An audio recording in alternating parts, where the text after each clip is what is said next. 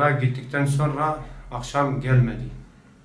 Onun için araştırdık, hiçbir yerde bulamadık. Emniyete haber verdik, her yeri gezdik, köşe bucak bırakmadık. Hiçbir yerde bulamadık. Çocuğumun hayatından endişe ediyorum. Vatandaşların duyarlılığına yani saygı duyuyorum. Lütfen duyarlı olun. Bütün vatandaşlara sesleniyorum, bütün halkımıza sesleniyoruz.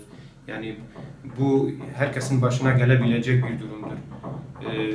Hiç kötü olmayan bir çocuk, yani çok iyi olan bir çocuğun başına da gelebiliyor ki oğlum da öyleydi.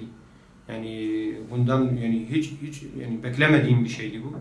Ama lütfen onu bulan varsa, onu bir yerde gören varsa, herhangi bir yerde karşılaşan varsa, herhangi birisiyle görüştüğünü yani bilen varsa lütfen bize bildirsin.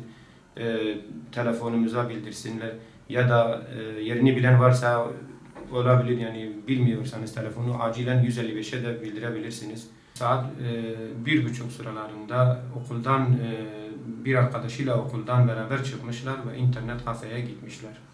İnternet kafede 1 saat geçirdikten sonra eve gideceğim demiş ve o saatten sonra hiç bulunamamış ve eve de gelmemiş.